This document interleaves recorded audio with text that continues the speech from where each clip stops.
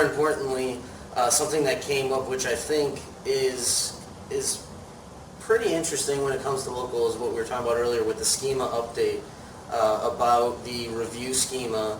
Not only that they're just not going to show it in SERPs for specific schemas like local business, and that was very popular even recently. Like in the past few days, I see people asking, how do I get the stars in SERPs? How do I, I wrote a pretty definitive guide on it that I'm now going to have to just revisit. Admittedly, I'm also not well read on the update. Alan manages one of our agencies. He actually dropped the news to me, was it 2 days ago? Whatever day it happened, he dropped the news and I quickly read, and just based off of the snippets I got, I did not realize that there was certain schema types that just weren't going to support stars in the SERPs anymore. Mm-hmm. I mean, I quickly read a little what. Unfortunately, I don't have a lot of value to add to this conversation because I admittedly just read that and I was like, oh damn, that sucks. Yeah, I actually want to just pull it up real quick because they have a list of supported schema types that support review snippets, and it's books, courses, creative work, episodes, events, games, how-to. It actually has local business in here. So I think I was wondering maybe if that came up wrong. Organizations, movies, music, recordings, product, which is actually one I want to talk about a little bit because that's something that I've recently just been playing around with, especially with a lot of the FAQ schema markup, which is going out of control, and software application and recipes. Well, and that is the supported schema? It says supported schema types. Here are the specific defined sets of schema types that support review snippets. Okay. So here's what I didn't mean to interject because you're on to something. Yeah. You're obviously a bit more read on it than I am. The initial snippet I saw, and there might have even been a comment from John Mueller. I'd have to go and check with Alan dropped a bunch of information about it. At first glance, at first read, it looked like they weren't actually removing the stars. It was that they weren't going to support it if it was reviews generated via your website, which is weird because the original terms of service for that, again, I wrote a pretty exhaustive article on it. Look how fancy. I wrote the article on the review stars. You wrote the book on schema. Yeah, right. No, but that's something. It's a big and local. It helps that click through and building that initial trust a lot. But initially the TOS was weird, and it almost seemed like it didn't want you to pull reviews from the third party.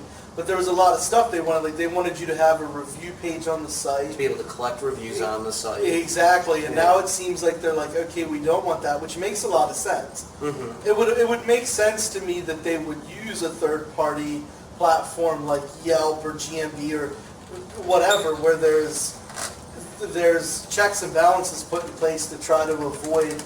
I mean, website generated, there's no check and balance to ensure someone's not just, oh yeah, we got 10,000 5-star reviews. I think that's where my misconception came in, because they're not going to serve up stars for just putting the review schema on the site. And in reality, with the types of schemas they have available, like even the same as schema with Yelp, and they obviously know GMB, you're wondering why they wouldn't even want to source those reviews directly to there.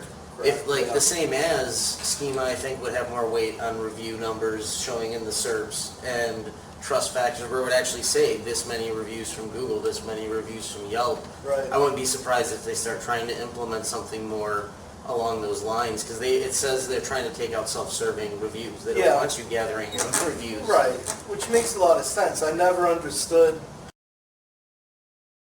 the terms of service, and I think that's where a lot of other people, that might have been one of the defining factors that made me write the article on the LCT site. It's localclienttakeover.com if you guys want to check it out. We have a bunch of oldies but goodies on there. But that's one of the things that pushed me to create the article was there was a lot of misconception about the TOS because it didn't make sense. Like, it's not logical that you would allow me to create the mechanism to source my own reviews, and there's no way of keeping me honest on that. Yeah. Piping them right in or being able to validate via, third-party platforms seems like the best way to do it, especially if you're picky with the platforms that you'll use to validate the aggregated review. So, yeah, I mean, I need to get a little bit more, I should have read up on it and tested some stuff before doing this, but I just haven't had time this week. Yeah, I think their initial purpose with the review schema and why they went in the direction they did is because they were thinking of sites like Amazon or eBay where you're reviewing a seller, or you're reviewing a product, but Google eventually figured out, like they always do, that not all sites are the same and not all situations are the same, and that one size fits all means that people are going to manipulate it to their liking, and they had to step in and do something about that. Yeah. Another thing to consider is with the Consumer Protection Acts and stuff, someone like Amazon, making fake reviews is not above board. Like, you shouldn't do that. Like, there's agencies that they frown upon you doing that. Well, last week we were talking about with the lawsuits and stuff with Google. If they post a review in the SERPs, are they liable for that information now? I mean, there's some stuff. I mean, I love when the SEO industry goes a little crazy, and they start talking about like theoretical things that are illegal, like there's still people that say there's people that went to jail over the USPS forwarding to HTTP, and I was like, show me one. Yeah. And maybe there has been, but I always heard how illegal, and it's mail fraud. By definition, it's not mail fraud. It's really not. Tampering with U.S. mail is... there's fraud. Fraud means someone has to lose money. Yeah. And to prove losses, who loses money? Google's ad revenue? That doesn't even make sense. It's a big gray area. Regardless, people get a little wild with the legality stuff. But, I mean, in terms of reviews, there is well-documented cases of...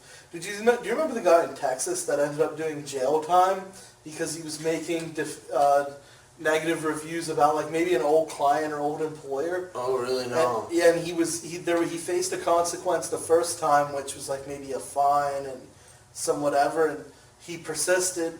I can't remember if it was more than just reviews, if he was trying to penetrate their systems, but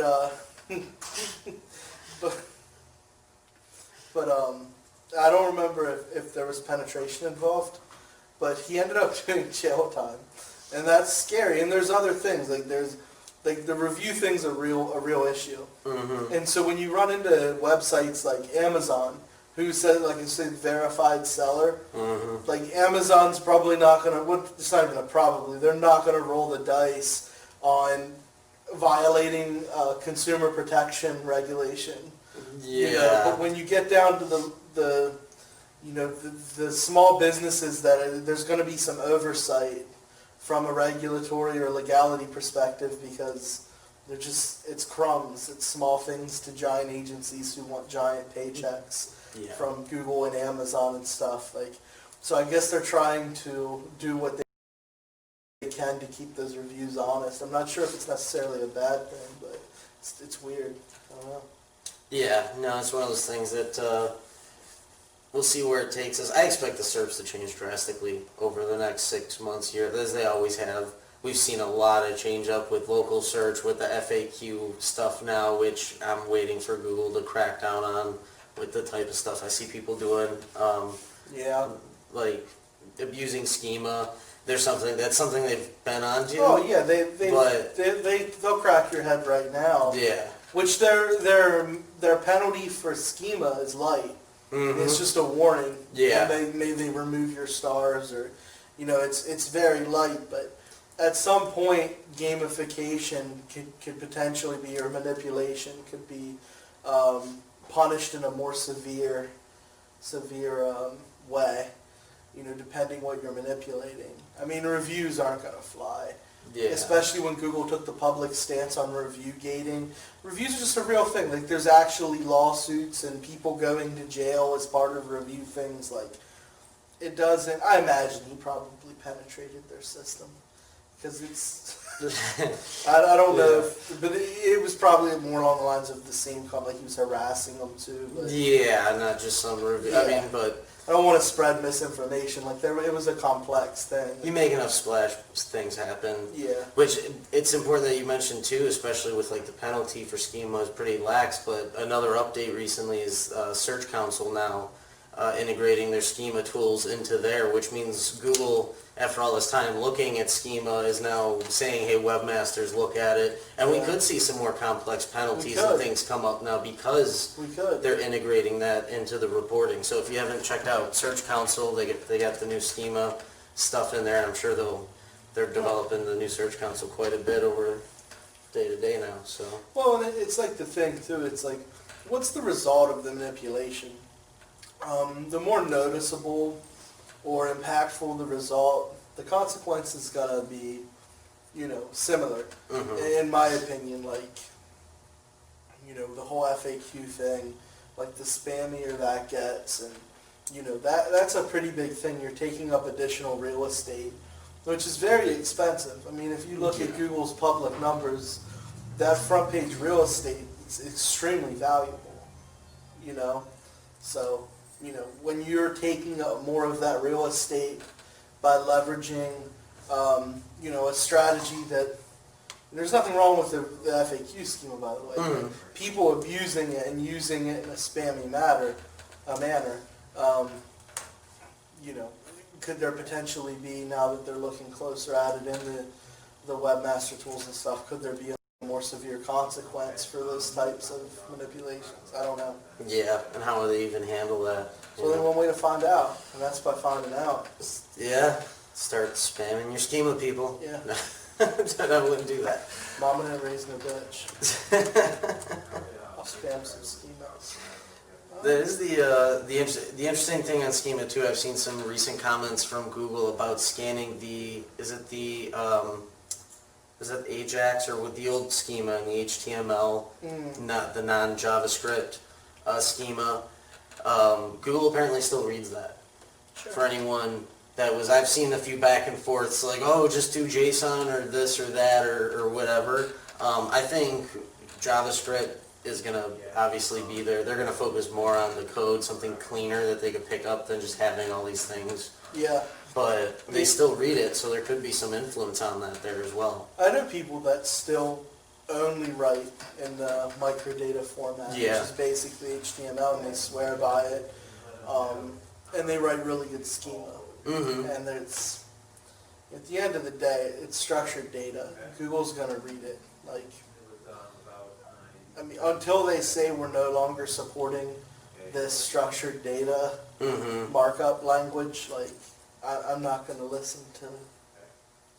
It's rare that Google just completely cuts something out of their algorithm Yeah. that they look at, and just say we're not going to look at that anymore. That's completely backward to what Google does. Google wants to read more. I mean, there was a Exactly. time when Google couldn't read the content inside of an iframe. There was times, like, they want to read more. They want to completely understand it. Not just read, they want to be able to parse a page into the proper elements too. Like, they want to understand what's a sidebar and what's in there and what your footers are, which is very easy, obviously, by, reading the underlying HTML code and stuff. But even down to, like, cloaking, they want to understand, that the background of the page is the background of this one word or this one anchor text or this body of words. Like, it's, they want to understand more and more what's on the page, not less. So I don't see them cutting out an entire branch of structured data that they read and process. It's possible, I guess, but I don't know. I'll wait till they announce it before I think about it too much. Now, having said that, I do prefer JSON, LD. I mean, I just do. I think it's just cleaner and more simple, and especially with the on page and stuff. Yeah. So, but I wonder if there is, that would be some interesting tests to see how they impact differently, if there is just cross-testing them. Yeah. And especially now with the review schema, if that makes a difference, if it's, marked up in the HTML.